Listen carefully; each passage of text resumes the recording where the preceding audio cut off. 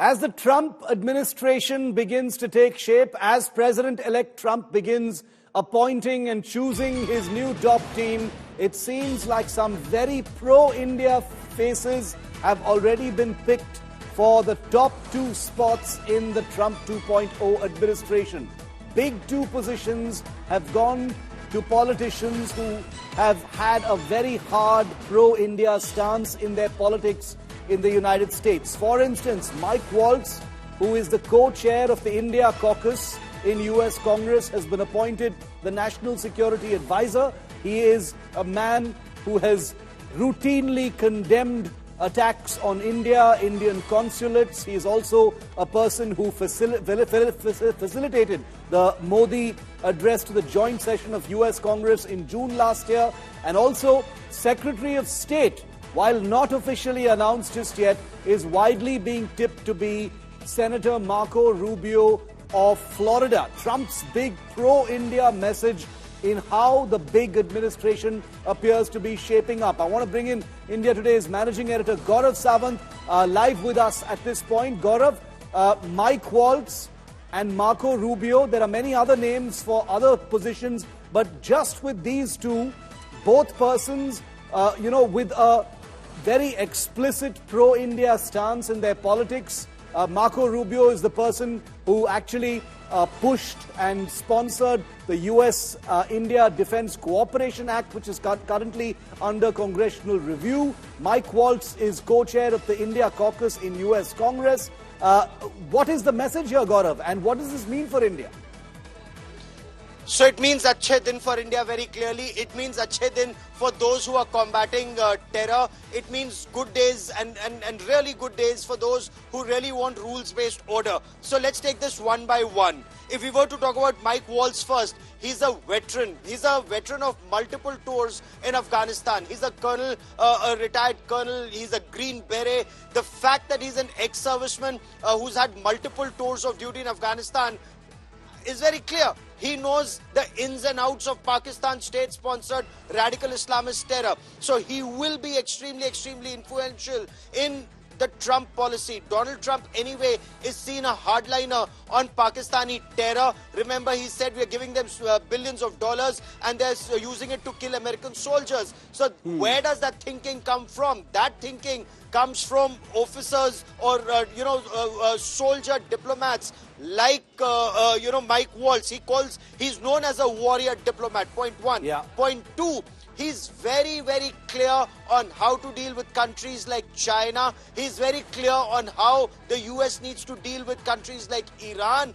If we were to talk about both Mike Waltz and Marco Rubio, Marco Rubio is likely to be Secretary of State. Again, so these are very, very important posts. A national security advisor is someone who's constantly advising the president on the country's national security, internal, external. When it comes to Secretary of State, he's the top diplomat of the country. Now, if we were to talk about Rubio, he'd be the first Latino. He's from Cuba, that origin. The first, Secretary of State coming from there. Look at the credentials. He's 53 years old, Vice Chair of the Senate Intelligence Committee, member of the Foreign Affairs Committee. Very clear on what needs to be done with Ukraine. He was the one who continued to oppose unlimited money and weapons being given to Ukraine. He wants an end to that war. Look at what statements are coming out of the United States of America these days, that the war that is being fought against Russia is the expansionist policy of the Biden administration and the North Atlantic Treaty Organization. So very clearly we will see a massive shift in the policy that was followed so far. And these are two names. Shiv, and you and I discussed some more names. There'll be more earthquakes, if I may, in several parts of the world. As External Affairs Minister Dr. S. Jaishankar very rightly said, some countries are nervous. India is not one of them. And India has got much to look forward to and lean into a new position. Even though this may not be an explicit message to India, the stance taken by both just these two politicians. And remember, when it comes to diplomacy, when it comes to partnerships, when it comes to strategic relationships, it doesn't get bigger in the United States political system than the Secretary of State, the President, and the National Security Advisor. This triumvirate really dictates what that policy and landscape looks like. You've got Trump on India's side, you've got Marco Rubio, who is staunchly pro-India, he is a China hawk, and you've got Mike Waltz, who has repeatedly condemned attacks on India and Indian consulates, and therefore it's very clear where these three men stand. Like Gaurav said, there will be more, but I want to tell you a little bit more about just the two that we are reasonably sure about. Let's tell you about these two positions and why they are so important and why we're interpreting this as a pro-India message. Number one, Mike Waltz. He's been appointed National Security Advisor. He takes over in January. He's currently the co-chair of the India Caucus. Now, the highlights and what makes him important as far as India is concerned, he has called the US-India relationship the strategic relationship of the 21st century to the Atlantic Council just 2 weeks ago. Just 2 weeks ago is what he said. He has personally facilitated Prime Minister Narendra Modi's address to the joint session of the US Congress in June last year, which was a huge event. He has consistently gone out on a limb to condemn small and big attacks on India, including attacks on Indian consulates by Khalistani terrorists. Remember how Khalistani terrorists were given a safe haven under the previous Biden administration. That has to be taken very, very seriously. Next, we come to Marco Rubio. He's the senator from Florida. He's tipped to be Secretary of State, not confirmed just yet, but widely being reported as the next Secretary of State. He's currently the senator from Florida. Highlights from his pro-India stance include the fact, like I said, that he's the one who sponsored and personally pushed the US-India Defense Cooperation Act in July 2024. It's currently under congressional review. Under this act, there will be a wide array of exemptions for India to take forward the US-India strategic relationship. He has a hard stance on China. He advocates strong ties with India, has long advocated NATO-level relations with a country like India. He sees a rising India as a strong partnership as far as relations with the United States is concerned. Listen in to both these leaders. One appointed the National Security Advisor, the other all set to be appointed Secretary of State, on what they have said in the past about India. I serve on the Armed Services Committee. I'm a veteran of the Army. There were some very strong deals. The GE engine deal I was very happy to see. Predator, or the MQ-9 drones called Sea Guardians. I believe the only country outside of NATO that we have sold those drones to. And other types of defense cooperation, I believe, will help India's capacity to defend itself, to continue to stand strong on its own, and to be a key partner in the Indo-Pacific. This is where Nehru famously raised the tricolor and on Indian Independence Day on August 15th, and to stand there in front of the Red Fort to see Modi give his address to his nation was an amazing honor. And I thought it was also incredible to hear him lay out a vision for India to be a fully developed nation by 2047, the 100th year anniversary, and his plan to achieve that. I thought it was a very strong speech, and it was an honor to be there. Oftentimes I hear the role of India's future discussed as a sort of counterbalance to China. I think it should be much more than that. Obviously there's an element of that, but I think India in and of itself is a nation with incredible potential, and there's incredible potential in our bilateral relationship. So my questions about military exchanges are not towards the desire to use viewing India as some sort of surrogate counterbalance to China in the region, but rather one that recognizes what I think is their potential and ultimately their rightful role in South Asia and across the world. So how do you see the future of U.S.-India military-to-military relations progressing in the near future? I know there's been concern in the past within India that the United States has either proven to be unreliable and or And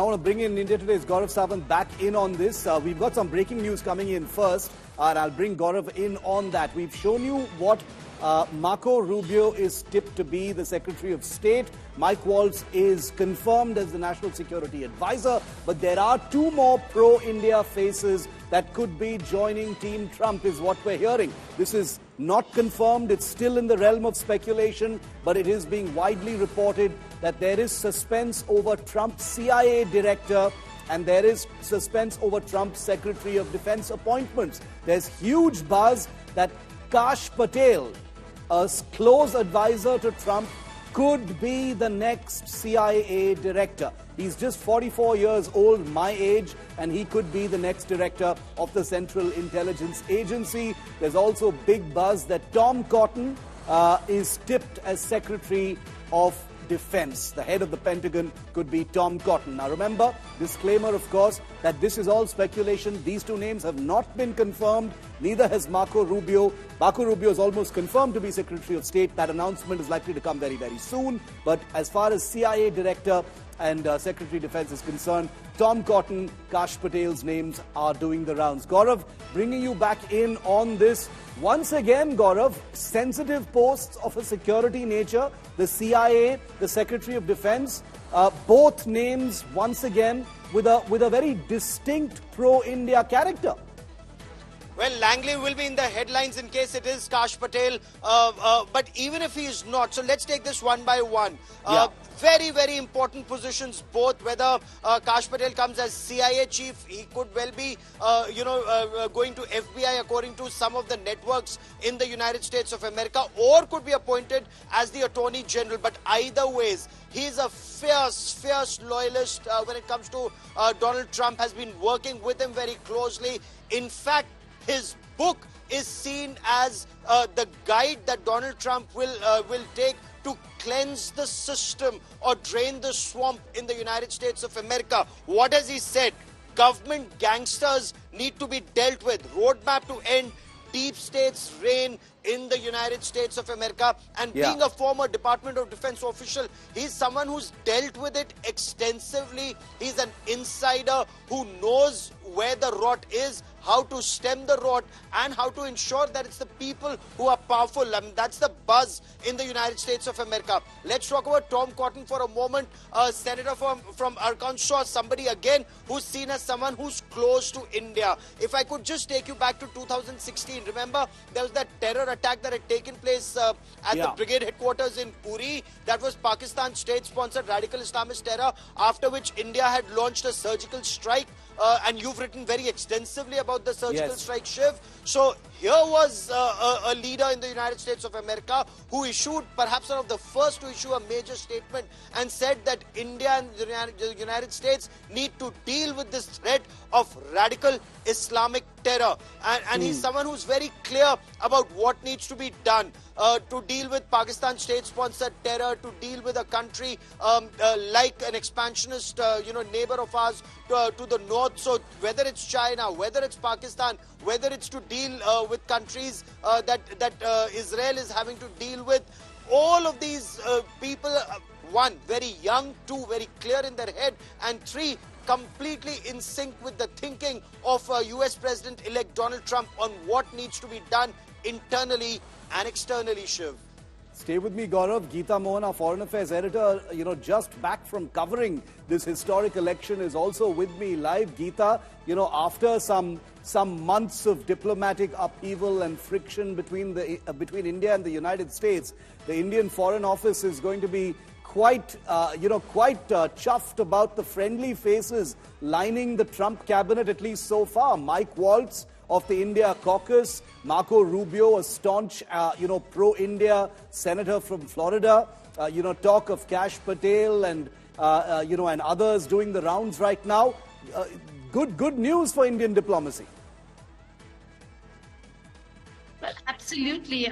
Two very important, prominent people you spoke of, Shiv, but there are many others who are pro-India and are going to be in the Trump team, whether it's in the strategy level, the management level, public relations, so on and so forth. Gaurav was talking about Kash Patel. Let me tell you, one thing is very clear, that pro-India and Indian Americans are working, who are going to be a part of the Trump team. All are going to think for India, but they're going to think for America first. On that, yes, we're looking at Americans who have a better view and a more positive outlook towards India. On that count, there are two very important people you just spoke about, Marco Rubio and Waltz. the National Security Advisor who actually had chaired the India caucus.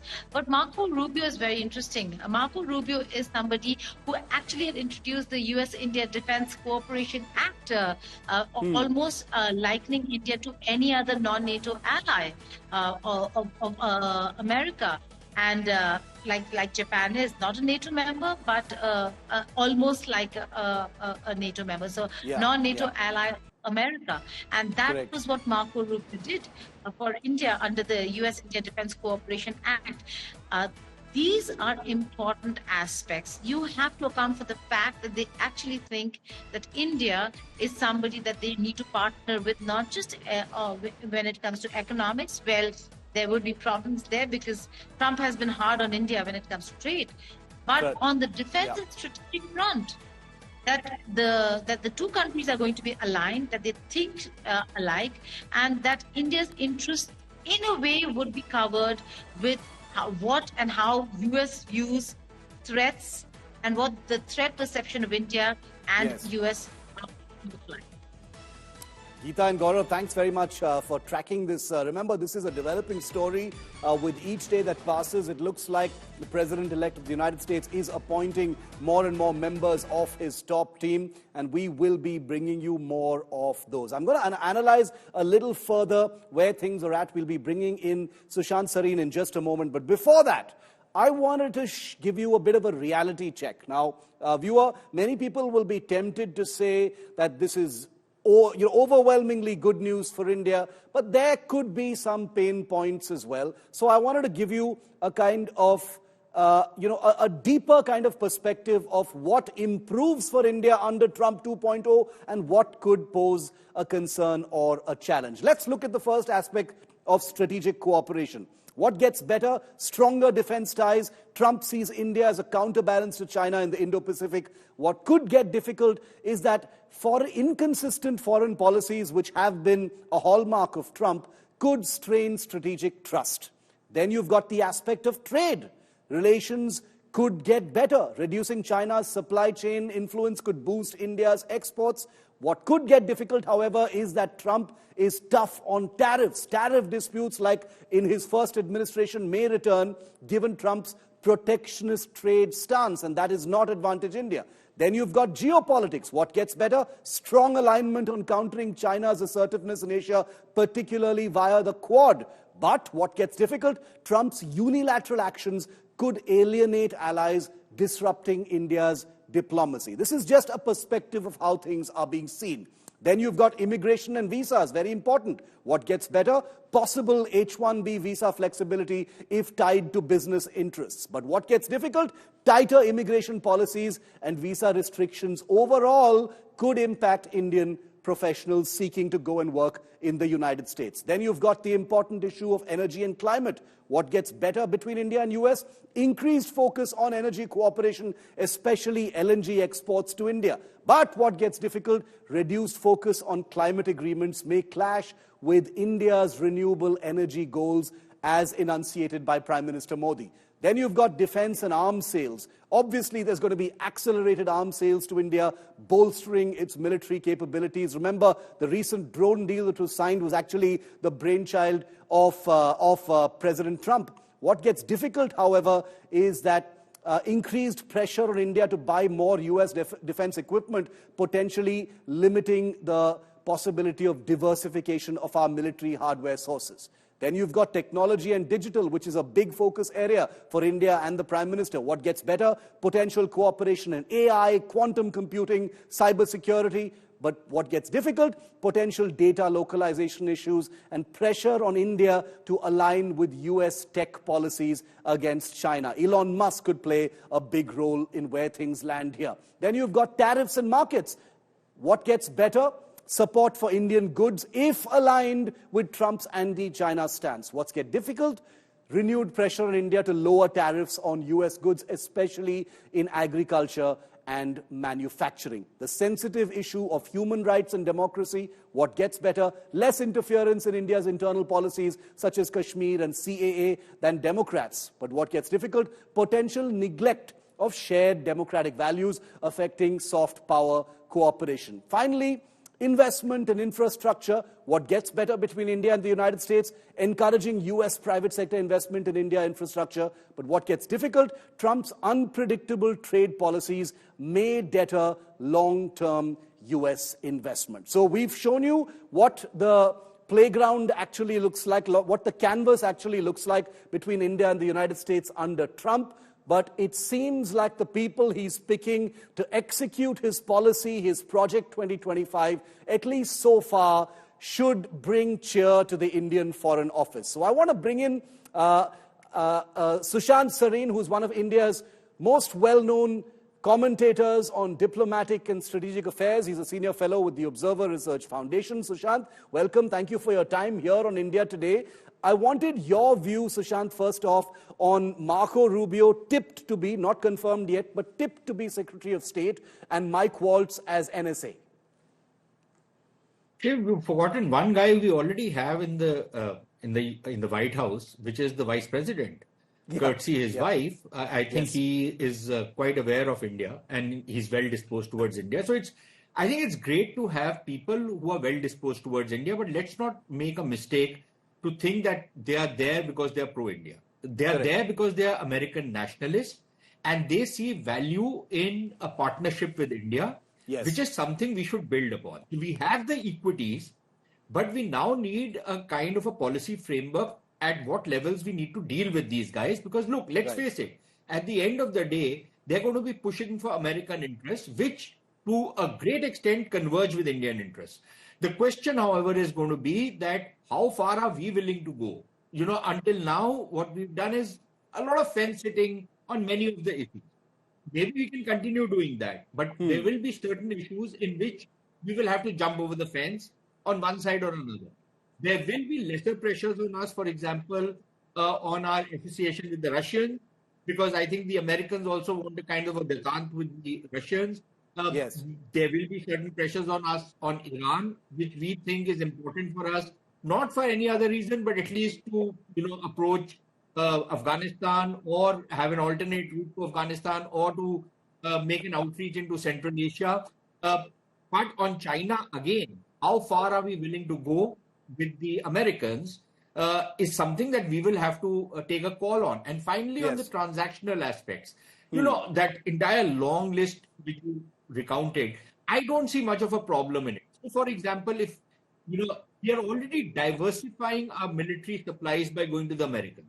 You know, rather than the Americans pressuring us that you only buy from us, we are actually buying from them as part of our diversification. Secondly, on this whole tariff issue, I think we also need to, you know, wake up and smell the coffee. We have negotiators who take great pride in being really tough negotiators, and like the Russians in the Soviet Union days used to say naps to everything. You know, you can't do that. You can't pretend that, everybody is going to be lucky simply because you are trading with them. That they need to be blessing themselves because you are trading with them. That's not the way trade works. So there has to be a quid pro quo. And I think we can negotiate good deals with the Americans. We might have to give in on some issues. We will take in some other issues. So let's learn to play this game without tilting at the windmills. You know, every time there is some kind of headwinds, let's not do that. We are a strong, confident country. We should deal with the Americans, as a strong country, not out of diffidence. And we should build upon the kind of equity which we will have in the incoming administration. There will, of course, be certain points of friction, as is normal in any, two countries like the US and India dealing with each other. But look at it this way. You know, when the Americans deal with India, it's a country which is ready to stand on its own 2 feet. We don't look for aid from America. We don't want, a free lunch from America. We don't want any of that. We stand on our own 2 feet. Unlike many of these European wannabes who are constantly, trying to depend upon the American coattails to pull their chestnuts out of the fire. We are not right? We are going to take care of our own defense, our own security issues. Yes, there will be a lot of areas in which we can cooperate with the Americans for better outcome, which is what we should be doing. A lot of areas in which we can develop partnerships, not just with the US, but other US allies, which is what we should be doing. But we will also have to start making up our mind that this strategic chastity belt that we've tried around us, how far do we go with it?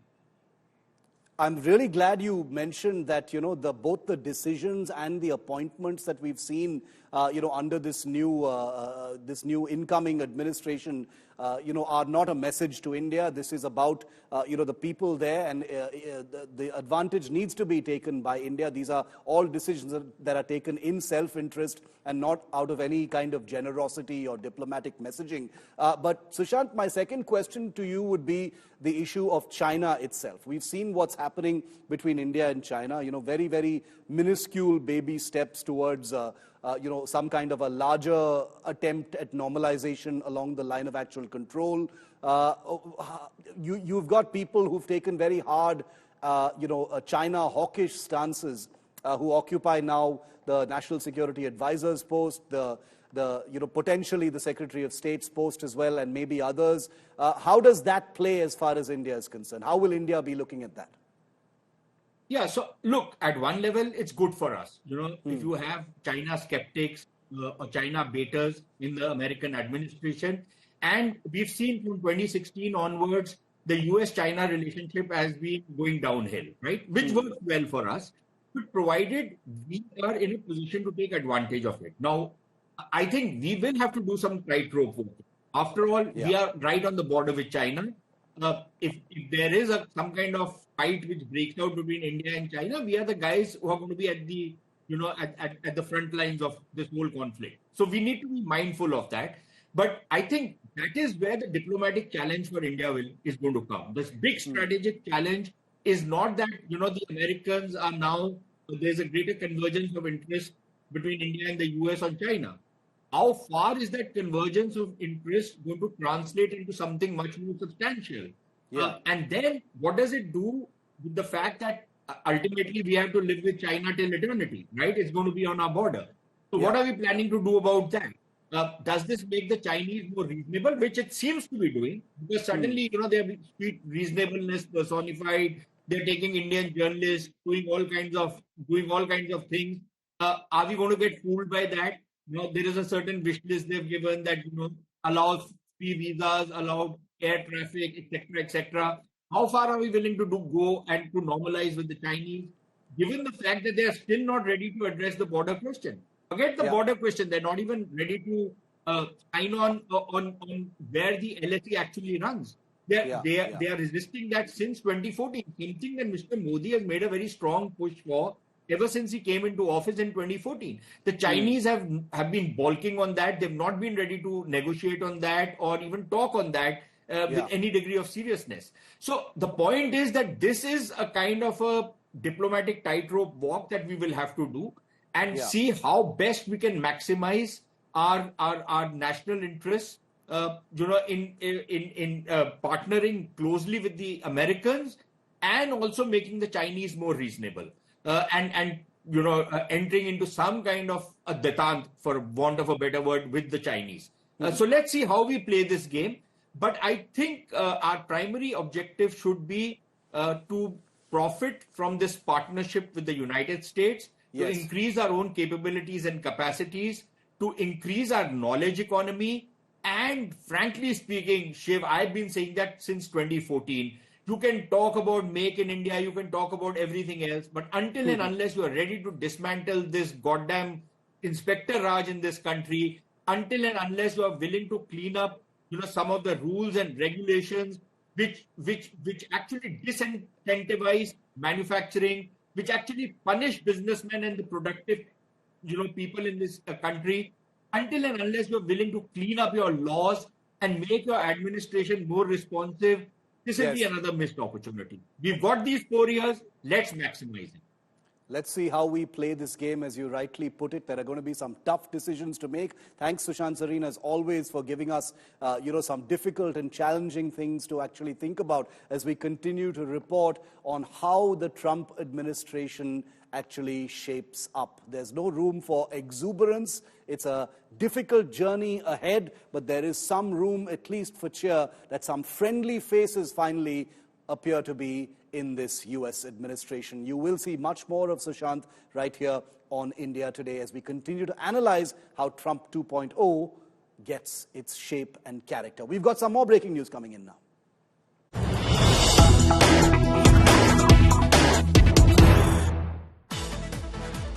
And another anti-China face has just been appointed to the Trump cabinet. That's right, Trump has picked a very staunch anti-China, pro-India face as his ambassador to the United Nations. Elise Stefanik has been chosen as Trump's ambassador to the United Nations.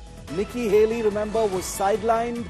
Stefanik has been picked by Trump to be the all-important U.S. ambassador to the United Nations. Gaurav Sawant is back with us for a quick word on this. Gaurav, what do you think of Elise Stefanik? Staunchly pro-Israel, hard anti-China stance, also had a hand in Prime Minister Modi's joint address to the U.S. Congress last year in June. Important and interesting face as U.S. ambassador to the UN. Well, US-UN is seen as a crowning jewel actually in the job of any diplomat, Shiv. And here is someone who's extremely young and yet has been catapulted to a very, very powerful, important position, especially in a very critical time at the United Nations, and especially at a time when the United States has been increasingly talking about reforms in the UN, something that India has also been talking about very extensively, because UN in its current form does not represent the realities of today. The veto power that some countries enjoy, newer countries that represent the changing face of the world, they need a seat on the high table. Especially this rising anti-Semitism that Israel points to. She's a very strong advocate that Israel will have at the United Nations, and countries, when they gang up on Israel in the United Nations, and especially when some countries seek to justify the role of UN bodies where Hamas terrorists are seen to be either working with or working for those UN bodies in the Gaza Strip, well, those entities will now be called to question, and those individuals and countries who defend the UN at this time. So yes, there could perhaps be a lot of confrontation on that issue, but there will be common cause that India will have on a number of other issues, especially when it comes to United Nations now in 2024-25, living up to the expectations of the 21st century world. So there would be common cause between India and the United States of America on multiple issues, with yet another friend of India at the UN. Another friendly face is always helpful, and we'll have to see how India, as Sushant Sareen just said, plays this game. Gaurav, thanks very much. Continue to track all the incoming members of the new Trump cabinet, and we will of course be reporting and analyzing and breaking them down right here on India Today in real time. Now remember, Donald Trump, also a chief friendly face in the White House, in case anyone forgot, also his vice president. He plans to overhaul US universities upon taking office, aiming to free them from what he calls crazy radical Marxist control. Now, you've seen US universities erupt in protests over the Israel-Hamas war in the last 1 year. Trump's vision is to transform campuses into institutions that prioritize American tradition and Western civilization by reforming funding and educational programs. As you can expect, this is going to be extremely controversial. Listen in. While academics have been obsessed with indoctrinating America's youth, the time has come to reclaim our once great educational institutions from the radical left, and we will do that. Our secret weapon will be the college accreditation system. It's called accreditation for a reason. The accreditors are supposed to ensure that schools are not ripping off students and taxpayers, but they have failed totally.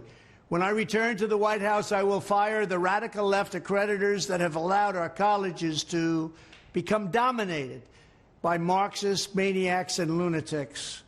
We will then accept applications for new accreditors who will impose real standards on colleges once again and once and for all. Enjoy these images behind the scenes of election night through the eyes of Kai Trump, Donald Trump's granddaughter. In her vlog, that's her video blog, she captured the moment Elon Musk and his toddler X were called in to be a part of the Trump family photo. Enjoy. We're getting the majority of Latinos.